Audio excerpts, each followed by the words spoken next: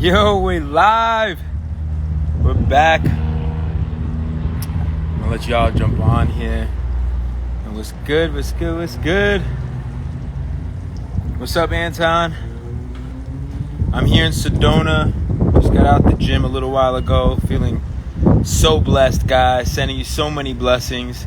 Let you all start to jump on here. We have a really special live. I'm here in Sedona, and I'm getting ready to bring on one of the most just heart-led, successful entrepreneurs that I've been able to work with. That is so passionate about leadership, and you guys can learn so much from him. And his name is Josh Coates. I'm going to be bringing him on. He literally just had 2 six-figure months back to back. This guy is a crusher, and he's all about service. He's all about personal growth. So I wanted to bring him on here because he's been working with me, and he won a mastery challenge that I had for my community. So I'm going to be bringing him on here. See you guys real quick before I bring Josh on. I just want to know where you guys are. Where are you in the world? Drop your first name and where are you on the planet right now? I'm in Sedona. I want to know where everybody's at. I know we have a global community, so it always just makes me so happy to see where everybody's at. Happy Friday. Wait, yo, what up, what up? So good to see you guys. This morning in my meditation, it was so powerful. I really thought about just this fear of like doing and always having to accomplish more and achieving, and just the anxiety of the future, and then what it means to like being so in the doing for the future and thinking about your priorities that you got to get done in the future that you miss the present moment every single day. And getting to my deathbed one day realizing how many moments I missed because instead of embracing the now, I was thinking about what do I got to get done for tomorrow, next month, next quarter, next year. So just that lesson in that, guys, is just be present, focus on the now. You know, the word priorities, right? Priority stemmed from the Greek language. And in Greece, there was no plural. It was only singular. It was only priority. So it was all about just focusing on one thing at a time, being present. So hopefully that's just a little bit of inspiration from one of the things that I pulled in this morning from my meditation. And now let's see, where's everybody at? I'm Raja from the third world, Pakistan. Yo, what's up? Heba from London. We got Marfisha from the UK. We got India in the house. We got Orlando, Florida in the house. Romania, South Africa, Austin, Texas, Dominican Republic. I love my DR fam. Rhode Island. Ava from New York. We got Montreal. Charles in Montreal. That's what's up. I love it. Guys, we always have such a dope community from all over. We got some more coming in here. Florida, Colombia, my Latino gang. What's up? We got LA in the house. Yes. Chicago, Nigeria, my people, what's up? The Caribbean, Antigua, what's up? Man, Josh is gonna love this. We got Canada in the house, man. You guys are getting me amped up right now. Let's go. That's what I'm talking about. All right, wait, hold on. Let's bring him on. The one and only.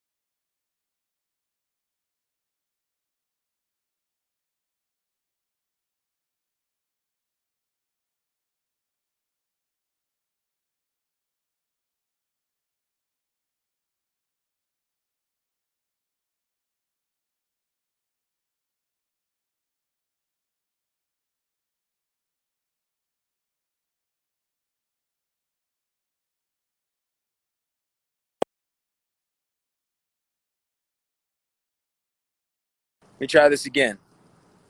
Everybody drop some emojis to welcome the one and only, one of the most unbelievable, one of the most heart-led leaders that are in the Leaders Create Leaders community, Josh Coates. Everybody drop some emojis for him. Let's welcome him in. Let's see. For some reason, we're still having some trouble, technical difficulties here. Let's send a request to Josh and try it again. There we go. Yes, What's up, my finally. man? What's After up? technical What's up? difficulties, lost a little momentum there, but let's get that back. My man, Yes. Josh Coates, bro, thank you so much for jumping on live with me. And I'm excited, bro. I'm excited to dive in and introduce you to the tribe because you, man, have been crushing. And it's really cool to just see you win and how much you serve. Not just on the income level, like 2 6-figure months back to back, you're on the rise, building a multi-million-dollar company, just serving leaders all over the world, but just really just how you show up within our community, bro. Like you are always empowering people. Like you're constantly empowering others. So I Yes, just want to man. talk to you, bro. Talk to me a little bit about you have a best-selling book, and I think it's so Yeah. cool. It's called Fuck Leadership, right? Yeah, I love that. I love that. It obviously hooks you. So talk to me a Yep. little bit. What's the inspiration between your book, Fuck Leadership, and give Oh us some man. insight on that. First of all, thanks for having me, G, dude. I appreciate it so much. Sorry about any technical issues. I don't know what's going on. Oklahoma, we don't really have the internet here, man. We're just like chilling, trying to figure life out. But dude, I'm so excited to be here. So honored. Want to honor you as a leader, serving all of us, everyone on this page. People are. I mean, you listed off people from like every country in the world just following you. I appreciate the space that you've made for me to grow so much, dude. But the book, man, this is inspired by like, today I actually posted on my Instagram, I celebrated 5 years since I walked away from my 9 to 5 job to do this full Wow. time, which is just crazy, right? 5 years of like doing what you love instead of like doing what the world tells you to do, right? And I've just spent as a life coach slash what's become kind of a leadership coach and business coach, spent thousands of hours on one-on-ones with people, like asking like, why are you struggling, like what do you need help with? And I just hear people say over and over and over and over and over and over, Josh, I don't think I'm good enough of a leader. Like I have this goal, this place that I want to get to, this place that I want to like go for, but I don't think I'm good enough of a leader to help my team get there. Like maybe I know how to show up, I know what to do for me, but I don't know how to help people. And to me, that comes down to just like self-belief and self-worth, right? Like we take this word leadership, and dude, I know you interviewed my boy John Maxwell. I love John Maxwell to death, right? And he's written so much good stuff on leadership, but in my opinion, Well, I saw, right? yes, I went through his certification program, man. I love J Max. Hell yeah. Um, got a book right here, right? But the thing is, in my opinion, Gerard, because there's been so many leadership books, nobody is actually reading what they say anymore. They're just drawing an idea of like, oh, leadership, be a better leader, be a better leader, be a better leader, be a better leader. And instead of actually like reading what's in between the covers of, say, a John Maxwell book that really doesn't talk about like how you have to be fancy. John Maxwell's never said you have to have your shit together. In fact, like I saw him speak one time and he like spilled shit on a shirt and he was like, we could edit that out, but we're not going to because I want people to see that I'm human. Like that's his Right. heart.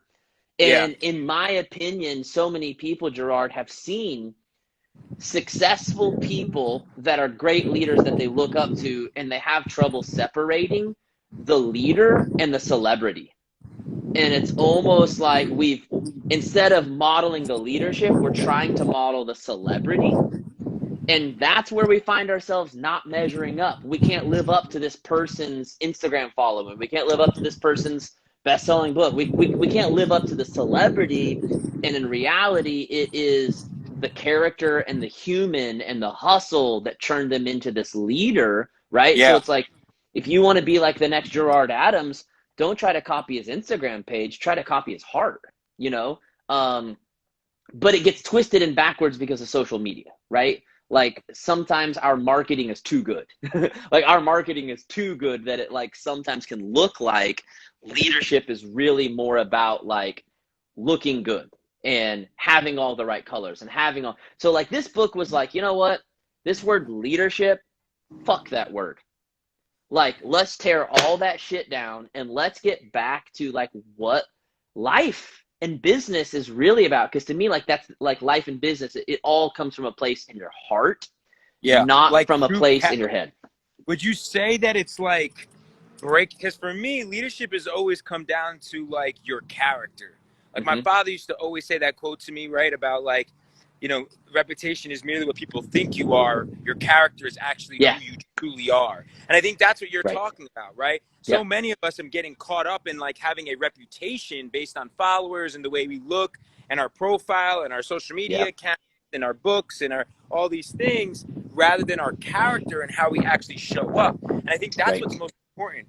I noticed that like even when there's people I followed. How many of you relate to this? Comment below. You follow someone, you look up to them, you admire them, but then when you meet them in person, not their Instagram, you finally meet them in person, Yep. and then all of a sudden they're kind of a douchebag. They're kind of an asshole. They kind of don't really take the time to be present with you and really see you and like do that. I've had that happen even with people I've interviewed where I'm like, man, I look up to you so much, but then you meet them and sometimes they don't necessarily represent that character off camera. So that's Right. why I really love what you're saying, because it really comes down to breaking down like who are you at the core when there's no cameras. Forget about social media, because at the end of the day, that's what people follow. At the end of the day, that's where real legacy comes from, and that's why a lot of my clients that don't have big followings, like you, right? You don't have this massive following, hundreds of thousands of people. You have this. You have a following that's. Nope. I have clients that are between 10,000, 20,000, sometimes even less, and they're still building 7-figure businesses and changing people's lives. Josh, talk to me about that. And what has it been like for you to kind of did you go through with stepping out and starting to build your brand? What was that like? Did you go through some imposter syndrome? Did you start comparing? Did you go down that route, that rabbit hole of like, can I really do this? Can I really lead people? Yeah, so my first year, absolutely. So I fell in love with personal growth via podcasts. Like was detailing cars, playing in rock bands on the weekends. Like I still got like all my music gear like all over my office behind me just because I love to have it around. And like that was my life. Okay. That life, I felt like it had run its course. I was like, okay, like I've done this for 9.5 years. It's not going anywhere. If it does go somewhere, it's going to take me further and further away from my family.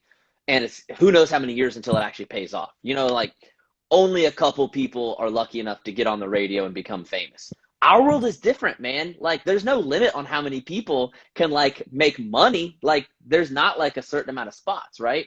So I went all in on personal growth, fell in love with it. It changed my life. And I was just like, I don't care if I ever get rich or not. Like, I just love this so much. Like, I wasn't even thinking about being rich. I didn't even know there was a thing. Like, I didn't know you could make money. Like, I grew up super poor.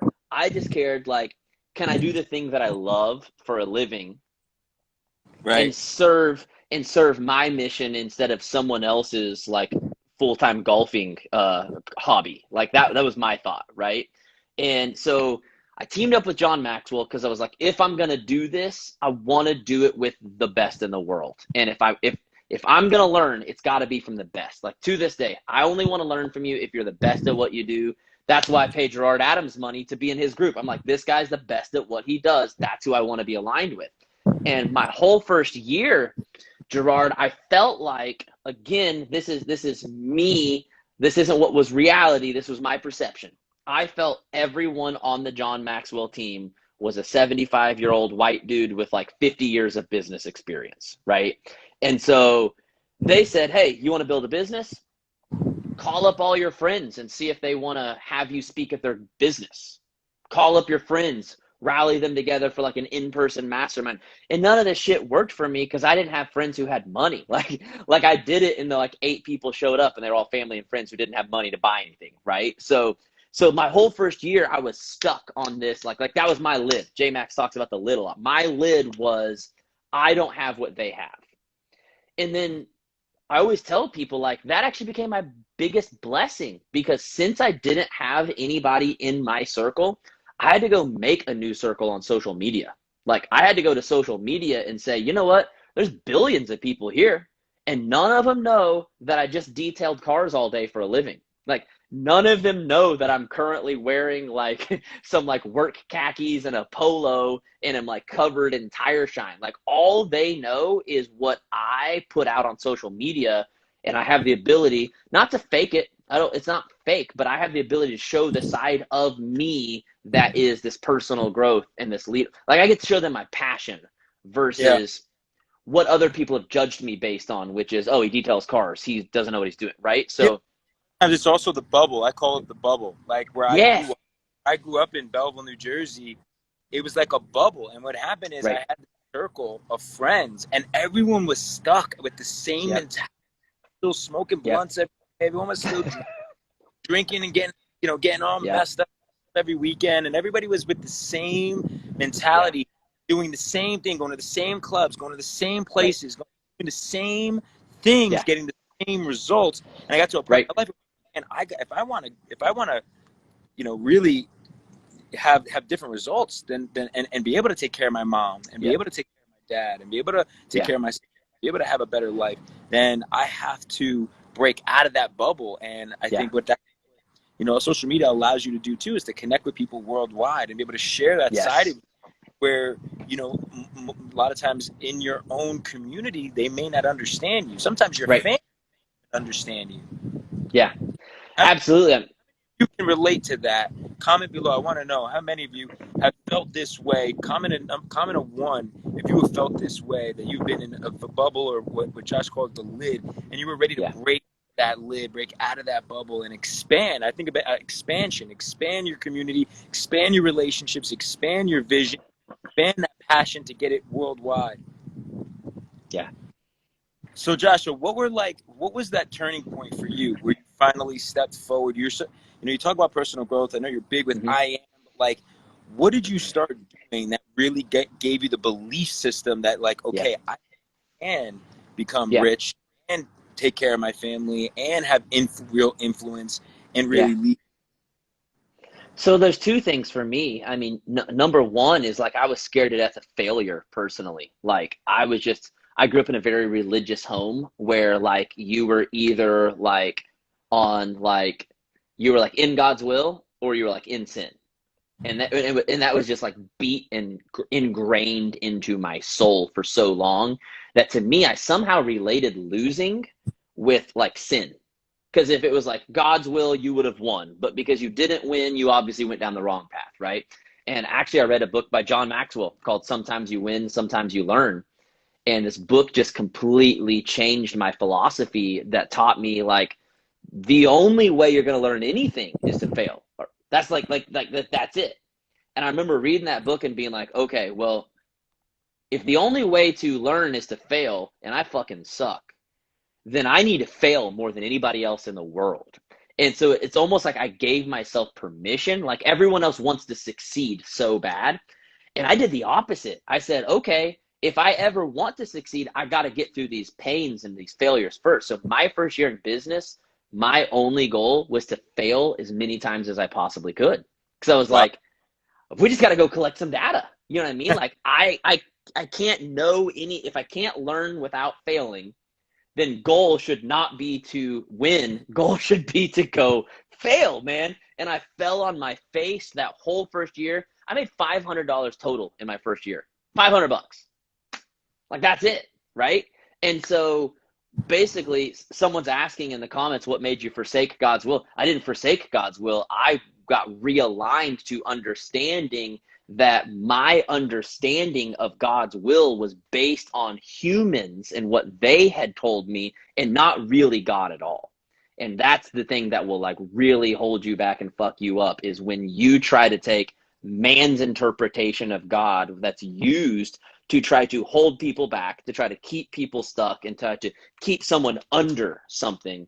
And in my opinion, God's trying to, like, set you free. Like, he's trying to release you to, like, go into your purpose. And what I realized too is, like, for two things I want to say is, one, similar to you, Josh, right? Like, a lot of you may not know, I've shared it on different interviews, right? But, like, my failures early in my career, I thought my career was over when I had my first really big failure. People don't remember failures, but one, it becomes such a powerful story of mine, and I learned so much. It allowed me to find my passion and go and build first big business in life, because I had to fail first and learn from that. So I totally agree with that. And I also feel like this, the more hardships that you go through, I do believe God giving you that response, like actually you're going through it for a reason, right? It's like you either have it's happening to you or for you. And the more that you go through that's tougher, it really, in my opinion, is because God believes in you to see if you can hold that responsibility to be able to get through that, and then use that pain, use that failure, use that obstacle to then use that message to help others to get through that same thing. Some of the greatest leaders that I've ever followed, become friends with, they have all had to go through that. None of them grew up with having everything and it all worked out perfectly. That's why there's all the hero's journey. You have to go on your hero's journey. You have to figure out when are you going to seize your sword? When are you going to go and conquer your mountain? Yeah, I agree, man. I agree. So that was like the number one thing, was like, got to reestablish beliefs, right? Focus on a different thing. But the second thing, man, and you mentioned this earlier, is like, how am I going to pay for my parents? So I had 3 kids, and I can still remember, Gerard, sitting at my laptop, and I'm trying to message people and offer them like free calls and stuff. I'm sure like everybody watching this that has a business, you've been in the DMs, like messaging people, trying to put yourself out there. And I'm sitting here feeling sick to my stomach, because I'm like, I know that I'm just interrupting this person's day to try to offer them something so that I can make a sale. And that feels gross, and that feels icky. And I didn't like that feeling. And I remember sitting there and I'm thinking about my family. I had 3 kids, right? And I'm thinking to myself, like, I got to build a better future for them. But I have this problem. I care too much about what people think about me. Woo! And that's it. Yeah, but then I realized something, okay? Like it's like J-Max was in my head. That's a cool, if you hang around intelligent people long enough, they get in your head and become like your new voice of reason, right? And something hit me, and I was like, wait a second. I don't care too much about what people think about me. I care too much about what the wrong people think about me. Because I'm sitting here worried about what, I don't know, Alabama Fitness on Instagram thinks about me. Meanwhile, I got kids on the other side of my wall playing. I can't afford to buy them birthday presents. Every single year when school year comes around, I have to hope that my mom buys them new school clothes, because I don't have the money to, like, I'm literally sitting there waiting for my mom to notice that my kids don't have new clothes, hoping she'll offer to take them school shopping. That was my life, right? And I'm like, this was just 5 years ago?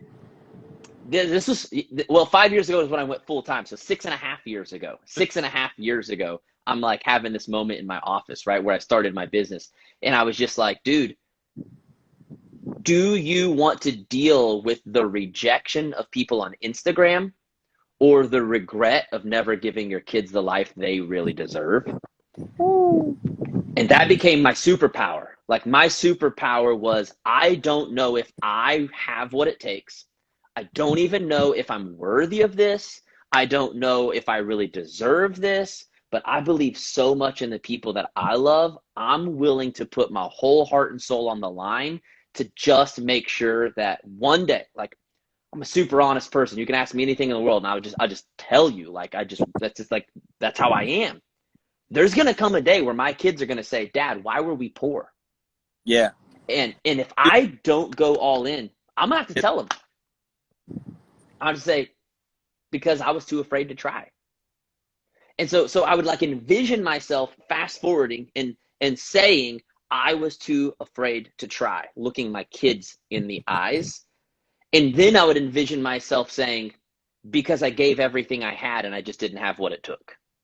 And I was like, I can live with that. Like, I can live with that answer, right? I can't live with, I wasn't willing to try. I was afraid. I just so scared. I just wasn't even willing to I wasn't willing to message someone on Instagram to make a better life for my kid. Like, are you kidding me right now? I think this is why getting clear on what your why is, and this is something that's so powerful for every single one of you who's listening to this.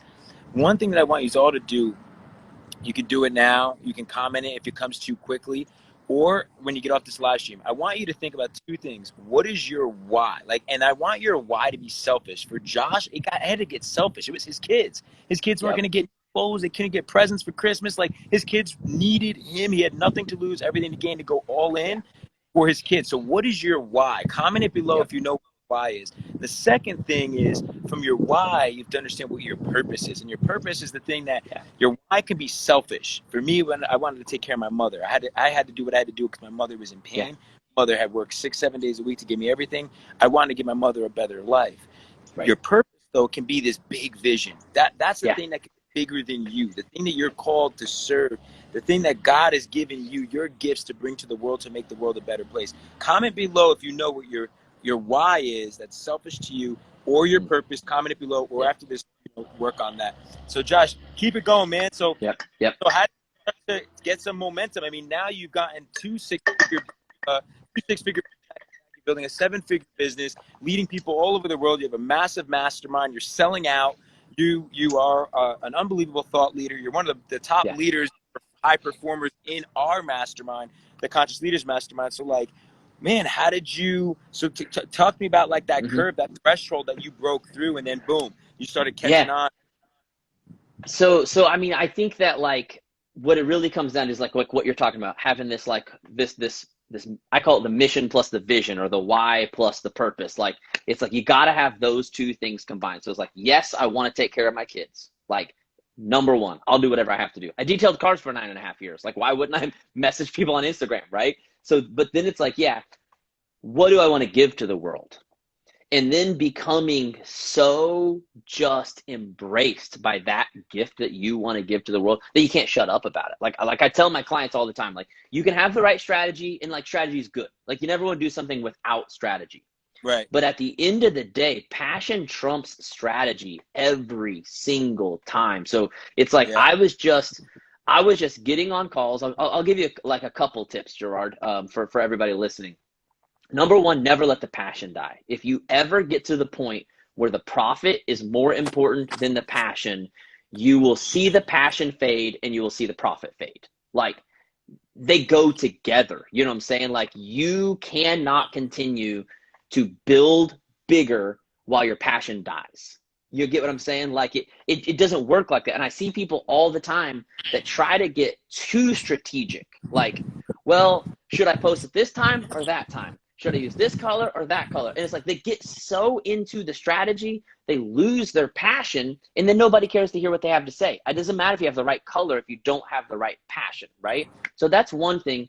The other thing is get really clear about, like, what are 3 things you need to do every single day that will put money in your pocket? So like, I'm just gonna tell everyone watching, a new logo doesn't put money in your pocket.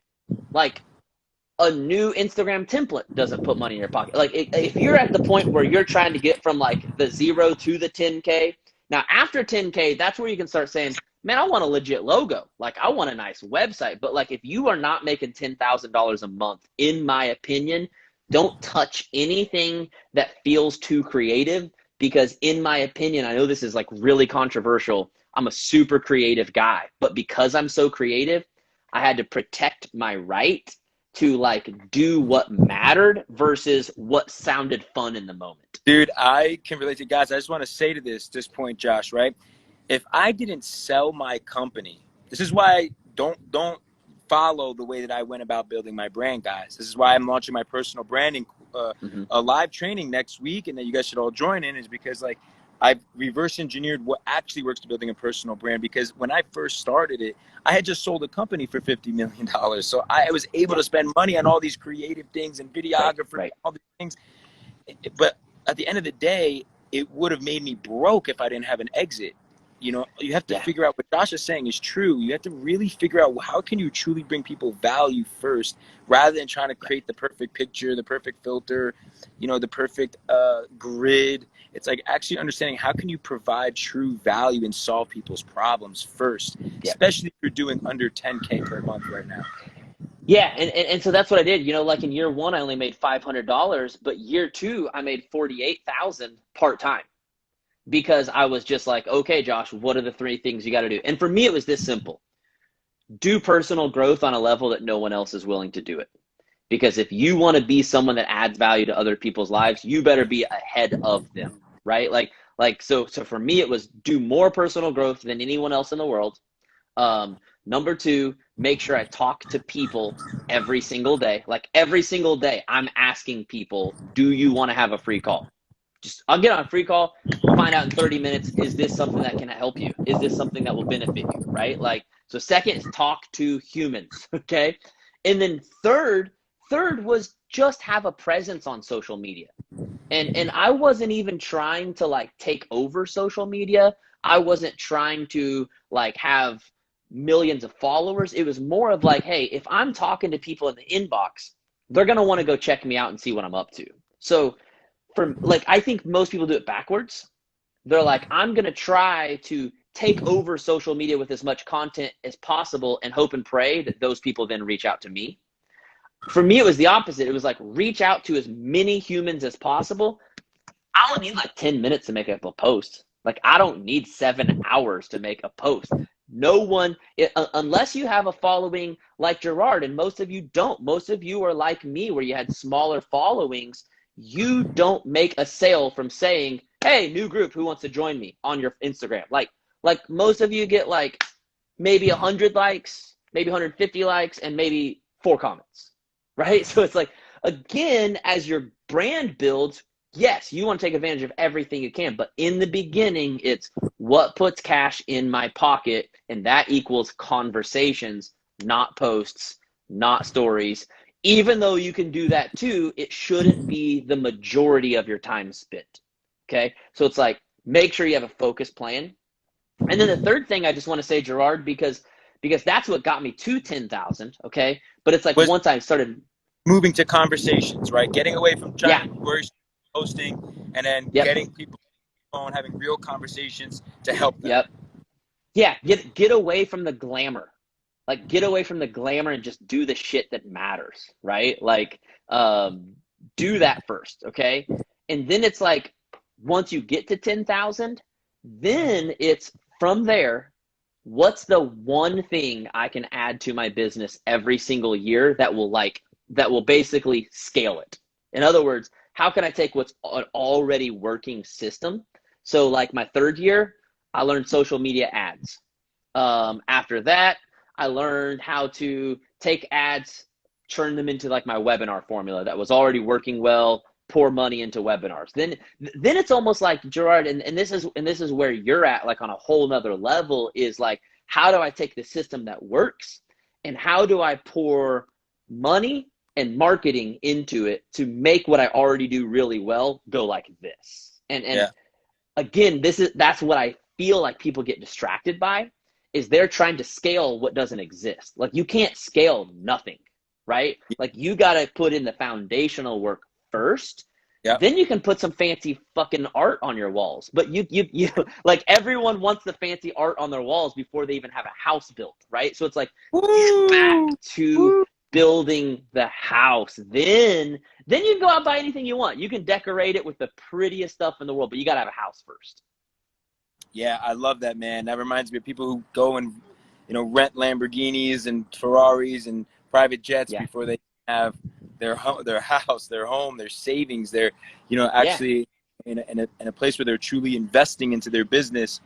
And true, man. And that's why we have a lot of broke influencers out in the world, because they have some people even have the huge following, but they're still broke because they don't actually the business. And I think that's why I was passionate about building my brand, is to bridge that gap, because I was a businessman way before I started building my personal brand. And it's true. It's like, that's the true power of having a personal brand, is that you can actually lead people beyond liking your social media account, but you can guide them. You can bring them in and actually bring them into a community, actually give them a path to truly creating what you have proven that you've been able to do for yourself. And that's something that Josh is doing, guys. I mean, he's one of the most powerful. He's known as the push coach. So Josh, talk to me about so tell everybody quickly, what are you working on now, man? What has gotten you this year? What was the thing that you were putting to scale your business? And then how are you supporting your current clients currently right now? So, I mean, like, this was the thing. I launched this in 2019, this book.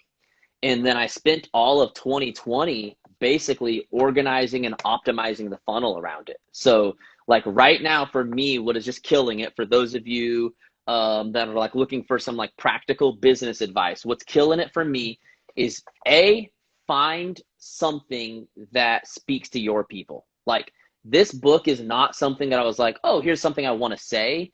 It was more the response to what I heard everyone else needed. And I feel like that's like, when it comes to marketing, it's not just about what do you want to say, right? Like it's got to be selfless. And if it's just what I want to say, that's selfish because it makes me feel good. Like this book was literally a response to something I saw the world needed and was literally like begging for, right? So give your followers the thing that they need, okay?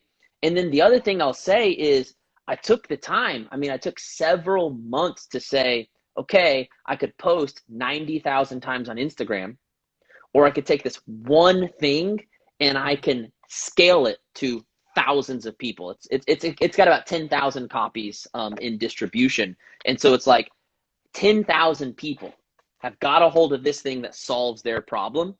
And because of that, they say, okay, I trust you. What do I do next? And to me, like that's one of the like misunderstood things is like, again, Instagram makes us think you need to have 90,000 things of content. And again, you can. I'm not saying that that's wrong. I'm not saying that that's bad. But why wouldn't you also have a one thing that you just create one time and then use it to take over the world? Because I'm not having to rewrite it every day. Like I just wrote it once, went through the work, the time and the energy to get it published. And now, I mean, you can go to joshcoates.com and basically you can see what I'm doing. You get a free copy if you pay for shipping. While you're there, we offer some type of an upsell that relates to this product, solves some of the same problems. It gives you a chance to get some videos from me. And then after that, we're retargeting you with ads to say, okay, if you wanted this, it means you're my person, right? First of all, put fuck on there on purpose, because if that offends you, you're not my person. You're not going to like my live calls. Like my live calls get really explicit because I take 2 scoops of pre-workout before I do my training calls for my groups, because they depend on my energy, right? So like, that's what I bring to them. So it's like, if you grab this, then I know you're my kind of a person. And then I'm retargeting you with emails and with ads to try to push you into what are my main subscription groups, where we can take this book and not just read it and listen to it and find value in it, but churn it into a system that you live by on a daily basis. Right. Because the process, J-Max, man, God, I love J-Max, talking about him so much today. J-Max says that a leader is not made in a day, but rather one day at a time. So it's like you can read the book, but the real question is, will you do it one day at a time for long enough for it to become literally what you've manifested in your life? So that's kind of like the whole year has been using this to kind of pull people into the places where we see transformation and see their businesses 3 to 4x in like 6 months. Oh man, thank you so much, brother. That was powerful. I'm curious. So like, what is one of the things we worked on in the Conscious Leaders Mastermind is the H5. I want to know, give some tips for what do you do to, like, what are your habits? What do you do to set up your day to win? So for me, again, everything. So since my very first event, I've always said outward success is an expression of inward growth. So for me, like, I'm only as good on this call as I am on my couch where I sit with my journal and where I sit with my goals. Like that's like my sanctuary right there. You know, like that's the spot that I sit with just a little bit of pre-workout in my water, enough to like wake me up because I hate the mornings. And like, that's where it's like, I got to grab a hold of things internally before I try to go make them happen externally. So for me, it's like taking time. I have my goals. I set my goals in January. I used to reset them every quarter. And what I found was if you reset your goals, you're never going to get them. So like now it's like I set them in January. I love this philosophy. Set your goals in January while you have the energy and momentum of the whole fucking world on your side. and then don't let them go in April and May and June when the crowd is gone and the hype, and the stick to the thing you committed to when the energy was on a high. So it's like I have those goals written down in January, and then I literally wake up every single morning and I just look over them and I visualize myself having them. For me, it's the what is the goal? Why is that in goal important to you? And then what are like the steps that you have to follow through on a daily basis to make that happen? And it's like, that's a constant reminder of, like, for instance, like if you have big enough of a goal, you can feel selfish, right? You can feel like, do I really need that? But then I remind myself, yeah, because here's all of the people that are affected by that. Here's all of the people that need that. I'm not trying to buy a bigger house right now. Like, we did build this house in January. I love it. But right now, that's not what right now, I'm trying to create generational wealth so that my kids can start businesses, so that we can build orphanages, so that we can, dude, I said this on a call the other day. If enough of the right people have enough money, we can solve the world's problems. Like, we can end hunger. We can end racism. We can end all of the things in this world that do not represent light and truth. The problem is not that we don't have good people. The problem is that we don't have enough good people with money. We got a lot of good people that are broke because they feel guilty or negative or bad for wanting something better. So that's kind of a long tangent, but morning routine is basically reviewing the goals, planning out my day, writing down things that I'm thankful for, writing down things that I'm going to focus on. And then let me just say, do you mind if I throw in something for all of our hustlers out there that I'm really learning from you and the group that we're in is I have mastered the masculine energy. And that's one of the reasons I've had the success that I've had. This year, my main focus is like, if you're a 10 out of 10 on a masculine and a 1 out of 10 on a feminine, you're just going to be burnt out and frustrated, even if you have a lot of money, right? So like this year, my focus, one of my affirmations that just like changed my life says, because making memories is just as valuable as making progress, today I'm choosing to enjoy the people, the places, and the things that I already have in my life. So wow. That again, Josh. It's like, again. God, yeah. Let this one hit home for you. Because making memories is just as valuable as making progress, I choose to appreciate the people, the places, and the things that I already have in my life. Like, dude, quarantine had me all kinds of depressed because I realized I don't know how to be happy unless I have the next thing to reach for. And if I don't have the next thing to reach for, it's like I get to do that with my day, right? I spend my day reaching for the next thing. But then in the evenings, I have my kids 50% of the time. We're watching movies. That keeps me busy and occupied. If I don't have my kids, usually I'm traveling, hanging out at a coffee shop, or like going to my favorite cocktail bar. I'm getting around enough busyness that I'm okay with not going for progress in that moment because I'm busy, right? And that's not really happy, that's just busy. Take away all of the busyness and it fucked me up. I was like, I don't know how to sit here and just be happy. Yeah. Like I don't know what I'm doing. Quarantine. And so lesson because of that. It caused all of us, especially entrepreneurs that are caught in the doing and the hustle and the masculine, it really caused us, forced us to have to slow down and what harmony really looks like and like start to become aware of the being and become aware of the present and become aware of what we already have. And like I know some of the most successful people, I'm talking like billionaires, venture capitalists that I've worked with, and for the first time, I'm actually getting to know my daughter. Like I'm having dinner with her every night. I'm eating breakfast with her every day. I'm spending time with them. Whereas before, he's like got deals, he's doing this, he's providing. So in his eyes, he's providing the better life, but is he actually being with them? Is he creating those memories with the kids? And that's truly like the balance that we all need in our lives, is the doing and the being. Yeah, and it's tough because like most of us are wired one way or the other. And I've spent most of my career helping people that are more feminine tap into the masculine. Like I you know, my whole following is women who are network marketing, and for the majority of them, they most naturally can flow, but they really struggle to hustle because it kind of goes against their like regular nature. And I'm like, so I've spent 6.5 years teaching people how to hustle, teaching people how to get over their fear, how to get over their excuses, how to get over all of these things that are trying to keep them stuck, right? And now I'm having to come back and Gerard, I'm trying really hard to like kind of balance out my own message. Like even my profile, like my shirt says outwork, out hustle, like outdo everyone.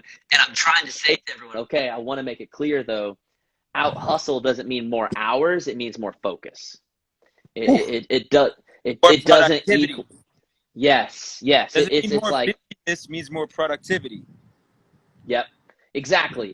And that's the thing is it's like, I still believe wholeheartedly in the hustle. I believe that like what you sow is what you reap. What you seek is what you find. There's like a hustle element to that, right?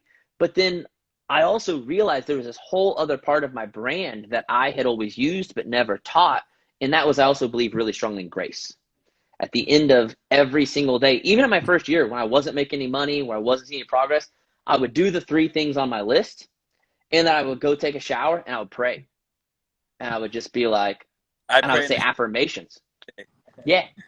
And I would just say affirmations that basically were kind of almost like, this is how I see it. It's like, I'm going to do my part because I do believe you have to do your part. And then I'm going to let go, because if I don't let go, I don't let God do his thing. Like if I've got my hands on it 24/7, he never gets to have his hand on it. So for me, it's like, that's also right there. Like that's a lesson in the feminine right there. It yes. Actually in the surrender, right? Yep. In the surrender of letting go. And that is like, I think when you really are leaning into that faith and you're not the masculine, we try to control shit, you know, and yep. I a lot of the women out there too, like we want to control everything. And that we fear is like letting go of that control. And I think quarantine, really put a lot of things in perspective of how much is not in our control. And you gotta let God. Yeah. God has a plan, and it's way bigger than you could ever imagine. And it takes you to be able to let go, but still stay in your in your certainty of what you're here to do. Yeah, I mean, it's really like we're all farmers, you know. Like this is an analogy I used on a call the other day. It's and Jim Rohn, who is like an OG. God, I love Jim Rohn. I listen. If you go on Spotify and look up Jim Rohn, his last name's Rohn. He's like the J. He's like J Max, but like in a different way, right? There's some dudes that have just put some like beats to Jim Rohn speeches. And like, that's what I listen to while I work out every morning. Every morning I'll work out, I put my AirPods in. I got some new ones. I'm having trouble fitting my hair right, but I listen to beats with Jim Rohn, like with these words of wisdom while I'm working out. And it's so powerful. But one of the things he said was, he's like, too many people sow their seed in the fall and then walk away in the summer. Sorry, they sow their seed in the spring and then they walk away in the summer because it gets too hot. Like they don't hold out till the fall when the harvest would have came, right? And so that's like the masculine is you gotta wake up and you gotta sometimes till that ground. Like you gotta beat the shit out of the ground sometimes to like get it prepared, and you gotta get the seed in there. You got all, but the feminine is like, it's okay. The harvest is coming in like 6 months. Don't worry. Like quit trying to figure out how you're gonna eat today. It's coming, right? Like trusting that seed always brings a harvest, but never the day or the time you want it. Like you just have to trust that it comes when it's time for it to come. Yeah. That's powerful, brother. And I'm so happy that you've been tapping into that balance. I've been seeing it. And what's crazy is like when we do that, all of a sudden you're actually doing less, but you actually start achieving more. So talk to me about results. What have been the results of this mentality, of this way of being? I mean, the results are, I mean, like you're saying, I get more done in less time. The results are also, I'm happier the results are I have more peace and energy for my family. My business is growing just as it was. And in fact, I've got like 2 new business opportunities that kind of like popped up because I also believe that like when you kind of release some of it, you give your brain space to find things that have been there all along. You just Yeah. couldn't see them, right? You don't have, so I've got literally my business is blowing up. As Gerard said, I had a couple, I had consecutive 6-figure months, like right when I joined the group, which was just craziness, right? I've got a December coming up that I think I'm maybe double that, which is just insane because when you bring this kind of energy and this kind of focus to the customers that you have, nobody wants to leave and they tell everybody to come join you, right? So it's like currently I got some of my Push Elite girls on the call right now. Shout out to my Push Elite girls, to my Push Mastermind Yeah. girls. And we're just going to another level of energy. Like we're literally going to another level where their energy, again, like you can't do the same thing with higher energy and not get better results. Like that's my belief, you know, Right. and that's the trick of social media, and Plus, that is the trick of a personal brand. plus, I feel like the energy is not, for me at least, like energy is not just because I know you, Josh. You're in our group, right? You have like energy, right? Like, yo, let's go, let's go. Yeah. There's that energy, but there's also this energy of like this energy that is like wholeness. This energy of like I am confident. I am Yep. Yep. certain. I am like fully prepared for whatever is to come today, and I am like ready Yep. for it. I'm unfuckable. I am Yeah. unbreakable, Yep. unlimited. You know, and that like that kind of energy is this like mature, sacred masculine and divine feminine on a whole nother Right. level. Where at that point, things it's like the law of attraction. Things Mm-hmm. literally come to you. Yes. You get to a point where Yes. you're no longer chasing the money, chasing the relationship, Yep. chasing the happiness. It literally comes to you because you're Yeah. being it. You're embodying the energy of abundance, embodying the energy of fulfillment, of freedom, of all these things. So automatically, that's what ends up coming to you, you know, because you're being it. So Yep. I feel like there's that kind of energy too. It's not just the energy to sustain your success and sustain the responsibility you have to run your business and to Mm-hmm. run your mastermind and your community and your vision. It's Yeah. like the ability to receive more Yeah. of God's plan for you. Yep. Yeah, dude, I totally agree. I mean, one of the first books that I read while I was in that first year slump, like I had it playing in my car every single day on my way to work, on my way home, was Think and Grow Rich. And the whole philosophy behind Think and Grow Rich is that all of the world's wealthiest people were just people who had such a burning desire that they, not just a burning desire, but they knew how to hold on to that desire until it found itself out here, right? So, yeah, there's work you have to do. And that's why I said, like earlier in the call, find the 3 things you need to do every day. Like, find those 3 things and stick to them. But, like, really, like, the most powerful force is the force of internally having this confidence that I will get what I want and nothing can stop me. And that doesn't have to look outgoing like I am. That happens to be my personality, but like that's just my expression of that confidence. For some people, the expression of that confidence is like not talking, super chill. Well, you know what I mean? So it's like finding your, how do you first of all get that confidence? And number 2, how do you express that confidence to the world? Like, how do you show the world, like, this is, and this is probably the most challenging part for all of us. Like, even explaining it is hard, right? How do I express to the world out here what is happening in here? Mm. That's energy, right? Like, it's coming Woo! from here, not from here. Like, Oh that's man, energy. I love that, bro. Like it's coming from your soul, it's coming from your heart, and I think those are the greatest personal brands, thought leaders that I Yeah. follow, that I love looking at their content. I love the way they show up when I meet with them in person. You could just, it's a whole nother energy. You can tell Yep. that they're no longer reacting to life. They're responding to it. And it's always coming from a place of their values, what they stand for, what they believe in, their vision. This is cool, man. I love it, Josh. What a powerful live. God, I think I'm going to drop this on the podcast as well. I want to take a few questions. So, guys, the first 3 Yeah. questions, drop it in the box below. I'll pop it up. First one I say we got is from Mark here. Can anyone become a leader, Josh? What's your take on this? I mean, that's the whole point of my book. The whole point of my book is that, so like when people ask me, when people say on one-on-one calls, Josh, I don't know if I'm good enough of a leader. I don't know if I'm blah, blah, blah, blah. Here's what I always do. I always like flip it back around and I'm like, let me ask you this. What is your definition of a leader? And if you ever want to coach someone and help them kind of find like the heart, right? Always just flip it back on them and ask like, how would you even define that word? Because that takes them from their head to their heart. That's kind of like a life coaching secret is if I can ask the right questions, I can bypass your head and I can get to your heart, right?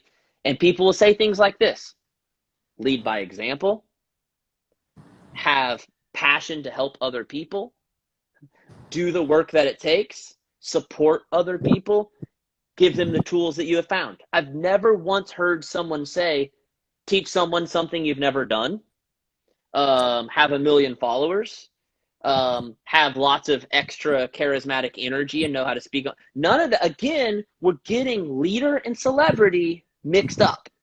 And can anyone be a leader? That's like asking, Gerard, that's like asking, can anyone lead by example?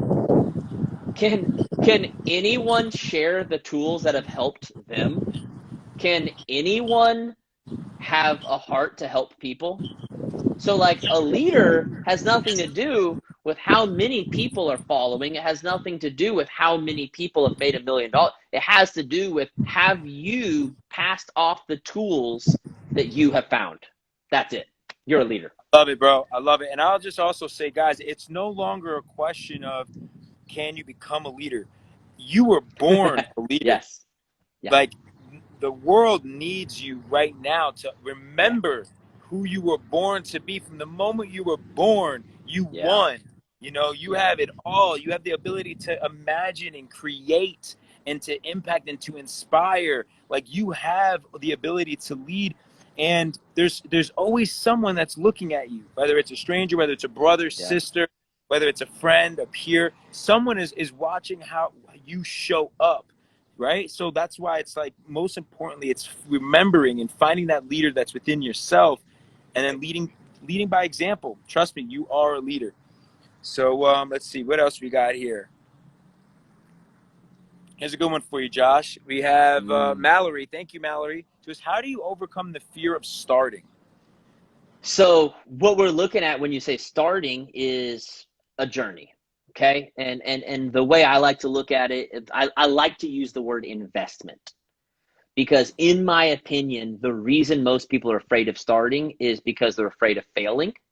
But they're afraid of failing because of the time they're going to lose. Like, what if I do this for a year and it doesn't work? That means I lost a year. I lost energy. I lost memories I maybe could have made with my family, whatever that is, right? So for me, if I'm looking at investing, whether it's time or money, what I want to know is, what is the worst case scenario?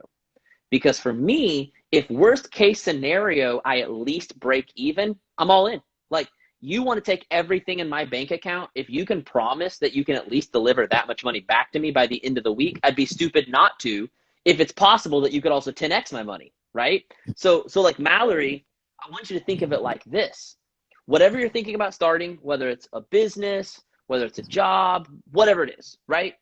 I want you to ask yourself, if I decide to pursue this journey, of course, there's always some time to lose, but what if the worst case scenario is you become more confident, you become more passionate, you become more excited, you have more direction, more clarity, and learn life lessons.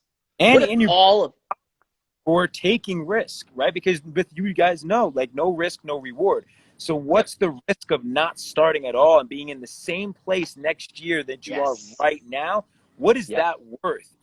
Right. I mean, think about it. How do you quantify regret? How do Yeah. you quantify Yeah. it? When you ask people, when they're on their deathbeds, that's the number one thing that eats them up is the regret of not trying, right? I mean, that's just, they say that like the most wealth in the world is not with Warren Buffett. It's not in our banks. It's not, it's literally in the cemetery. In the cemetery is where the most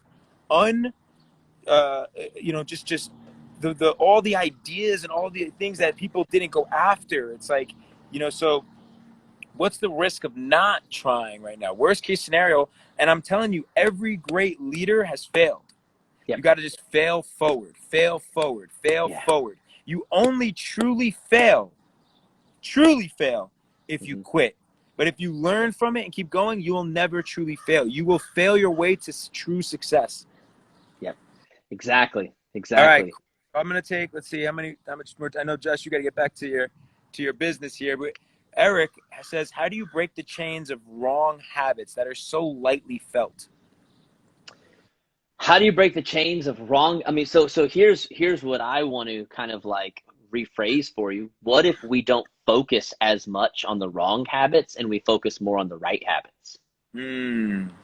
Because it's like, I think too many times we're just like focused on the wrong thing. Like I have bad habits. Gerard has bad habits. That doesn't mean we can't have success. Success is not about becoming no longer wrong, right? Like all of us are human, right? We all have error. To me, it's more like, how do I find the right things to focus on? And that will help distract me from most of the wrong things. Again, going back to what I mentioned earlier, I grew up in a really religious home where like 98% of the focus was on avoiding bad things. Yeah. But we never, ever, ever talked about what good things to embrace, right? And so I'm actually working on my next book, Gerard. It's called The Best Version of You Will Figure It Out. And it's, I love that. Instead of being leadership in business, it's very, very, very personal growth. And one of the chapters is going to be on spirituality. And one of the statements that I'm going to make is that religion, oftentimes, I have nothing against religion. I practice religion. But oftentimes its main focus is to protect you from your human element. And spirituality is about teaching you to embrace the divine. And there's such a big difference between trying to protect from all the things that are wrong versus let's just pursue all of the things that are right. Like, let's go after all of these good things. And in doing so, I'll be so fulfilled. I'll be so healthy. I'll be so happy. Sometimes these bad habits fall off on their own. Sometimes I just realize, you know what? I just have a bad habit and that sucks. But like, that doesn't define me.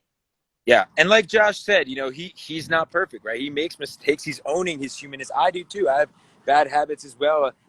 I'm not perfect, but I focus every day, just a little bit every day, 1% better. And I just focus on the right things, the right habits. Josh, thank you so much. I had a couple more quick questions. So I guess we'll close it off with real quick. What's your favorite new book that you're reading that you recommend?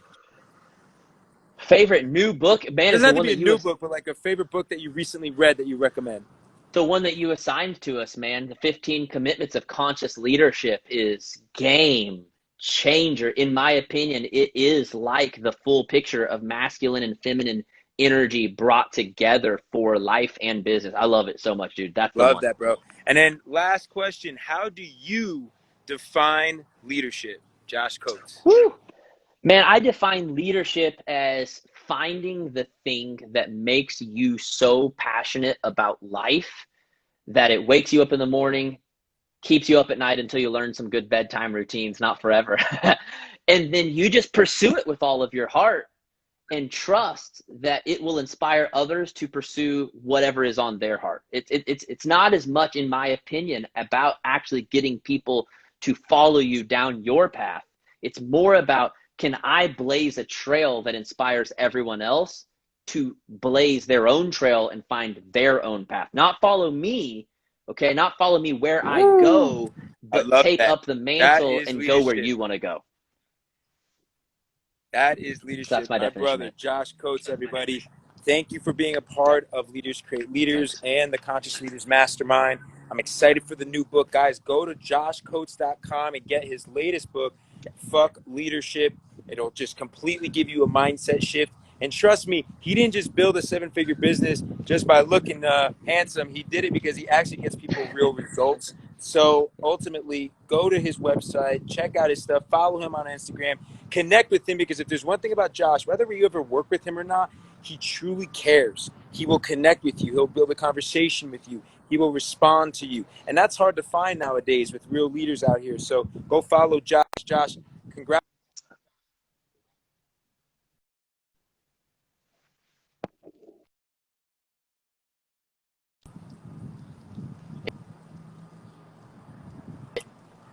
Appreciate you, man. It lagged on me a little, but thank you so much for having me, dude. I love you, man. Love you so much, G. Love you too. All right, guys. Thanks for jumping. If you guys are still on here next week, next Wednesday, October 28th, I have my first live training teaching you how to build an irresistible personal brand, how I've been able to do it. And this is based on just truly what I've learned actually implementing my framework for years. So I just want to offer that to all of you. Go to my link in bio, sign up, and I'll see you guys next week. I appreciate you guys. Every single one of you has a story. Every single one of you has a message that you get to share with the world. And people are literally suffering right now around the world because you are not owning that story. You're not sharing that story. And it takes taking off the mask. It takes getting rid of the fear of people's opinions. It takes truly getting vulnerable, but it also takes understanding the frameworks to be able to create content that is engaging, that can scale, and that you can monetize so that ultimately you can truly impact people and create transformation. So meet me on the live training, link in my bio, and I'll see you guys next week. Love you guys. Peace.